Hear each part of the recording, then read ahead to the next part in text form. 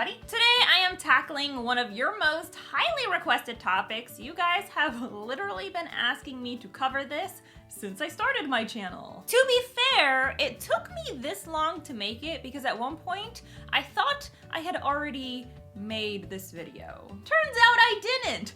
I'm just stupid. Today we're diving into world building, specifically how to name your world. These tips do not just apply to naming your world. They can apply to naming any setting in your book. A village, a kingdom, a town, a realm, a building. If you're creating a fictional location and you're not sure what to call it, I'm here to help you out. Before we get started, I want to give a ginormous thank you to World Anvil, who has generously sponsored today's video. Most of you already know, but in case you don't, World Anvil is basically the #1 book bible for building your world or setting. It is perfect for game creators, RPG players, and of course, writers. You can build your world privately to keep all the spoilers hidden, which is the option I personally prefer, or you can build your world publicly so everyone can see all the goodies you're cooking up. I'm a big fan of World Anvil. You can upload articles, artwork, and history and keep it super organized and beautiful and streamlined. They also have a feature called What You See Is What You Get, which is a text editor program. Basically, it means if you don't know coding, like me,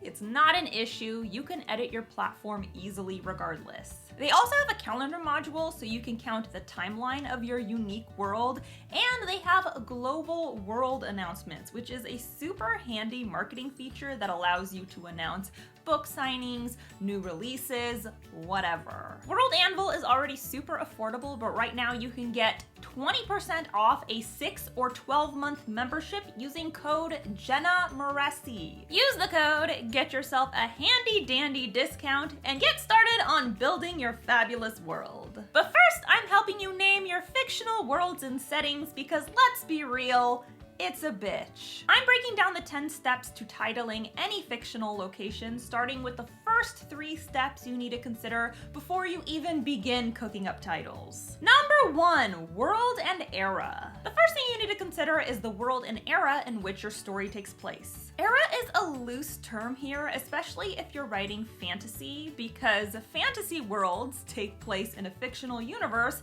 that don't necessarily correlate with any real-life eras. Think of era in this context as an era in our world that is most relevant to the era in your world. For example, if your world has similarities to ancient Egypt, then you would be looking at the ancient Egyptian era. Additionally, if you're writing a world that's similar to ancient Egypt, it's probably not going to be called Johnsonville or Bakersfield. Be mindful of the world and era you're working within because it needs to mesh with the names you're creating. Number 2, level of expansion. The level of development of your world is going to have an effect on the setting.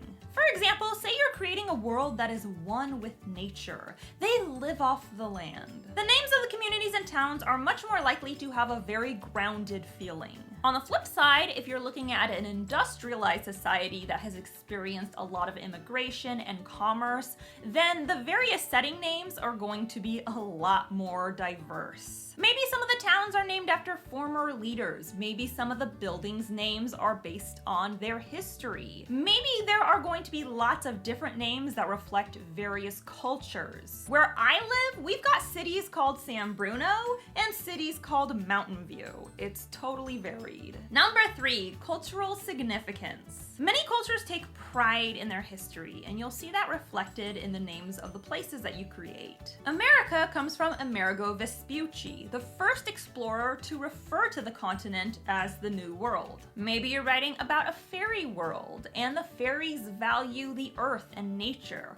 Thus, their settings are named after flowers, plants, or trees. Understanding what matters to your fictional society will play a huge role in creating that fictional society. After you've taken these 3 things into consideration, you'll have a starting point for naming locations. But you're not done yet. Okay, my world is industrialized and they value their history, so I should probably name the settings after various historical leaders. Problem is, I don't know the names of any of their historical leaders. Don't worry, I got you. Here are some ways that you can get ideas that you can later use toward naming your settings. Keep in mind, we're in the idea phase right now, and these ideas will likely be rewritten or expanded upon in later steps. Number 1, symbology. What are important symbols to your story or to your characters that are directly relevant to this setting? Say, for example, your book heavily relies on wolf symbology.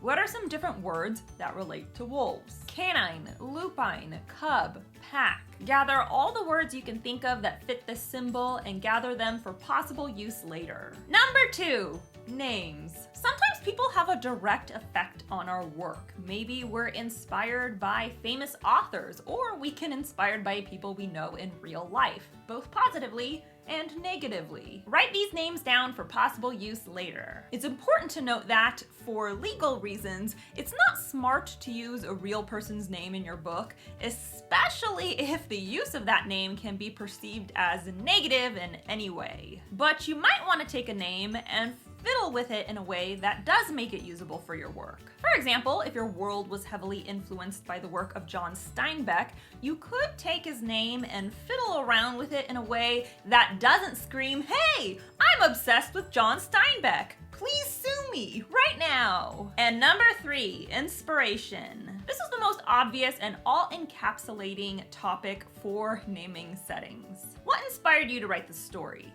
More specifically, what inspired you to write this world? If your world was inspired by Vikings, think about words and terminology that fit within that era. If your world is inhabited by well-known fantasy creatures like dragons and unicorns, think about that shit too. One of my inspirations when creating the World of the Savior series was Greek mythology, so I created a massive list of mythological names and terms to use throughout the world building process. Once you've gone through these steps and you have a pretty good idea of different terms you want to explore, it's time to move on to the last 3 points. This is the fun part. Sure, you might be inspired by dragons, but calling your world Dragon World is stupid. It's time to take these ideas and put your own spin on them. There's a million different ways that you can do it, but I'm hitting you with the 3 methods I see most often. Number 1, spelling. This is probably the most popular option when creating any type of name within a fictional world, whether it's the name of people in that world or the name of a setting in that world. Writers will often take a word and either tweak it or spell it differently. For example, we already talked about a hypothetical world that revolves around wolf symbology. If we wanted to go with that angle and name the world something wolfy, we could take the word lupine and change it to lupina or lupier. Keep in mind, the spelling is going to be affected by the language of that culture. And depending on the culture's history, they may have experienced many different languages. If it's a world with a long history that has experienced a ton of immigration, you're probably going to see towns and villages that are spelled completely differently with lots of different language quirks. This is all shit you get the pleasure of figuring out during your world building process. Number 2, rearrange. Similar to the last option, sometimes you can take an idea and rearrange the letters within the word. For example, San Francisco can become Sassafranco. I guess. Kind of a weird name, but you get my point. In one of our previous examples, we were looking at a world that was influenced by John Steinbeck. Again, it's not the safest idea to use real people's name in our fiction, plus a town called John Steinbeck Town is pretty fucking stupid, but a town called Beckenstein sounds legit, especially if it fits the world you created. And number 3, mishmash. Sometimes you've got a bunch of fun and meaningful ideas and it can be hard to choose just one. Here's an idea. Don't choose. Just take those ideas and mash them together. We've already discussed a fictional fairy world that revolves around plant life. So let's assume we have a giant list of flowers and trees. We can take 2 trees we like, for example, madrone and sequoia, and combine them. Makoya. We can take a black locust and a papaya and turn it into lopaya. The options are endless, plus it's fun. Keep making these weird Frankenstein hybrids until you find something that works for you. Now, when all is said and done, you might go through these steps and still not find the perfect name for your setting. If that's the case, I have one more suggestion for you. Make shit up. But Jenna, how do I make shit up? By making shit up. We made up shit all the time as kids. kids. That's how imagination works. There's a realm called Ethua in the Savior series. You know how I came up with it? I made it up. Writers constantly hear make it up and become flabbergasted, as if the concept is absolutely foreign to them. But you are an inventor. You created an entire world just from some research and your imagination. If you can write a book, you can absolutely make up the name of a kingdom.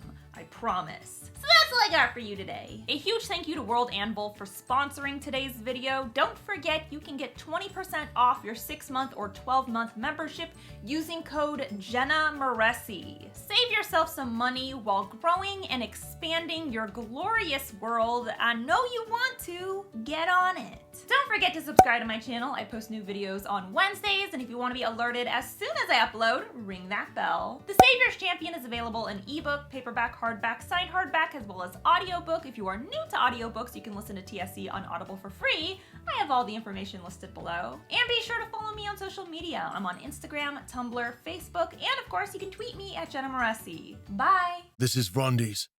Why the fuck haven't you subscribed to Jenna's channel? Do you really want to face me? If you don't do it, you know what will happen.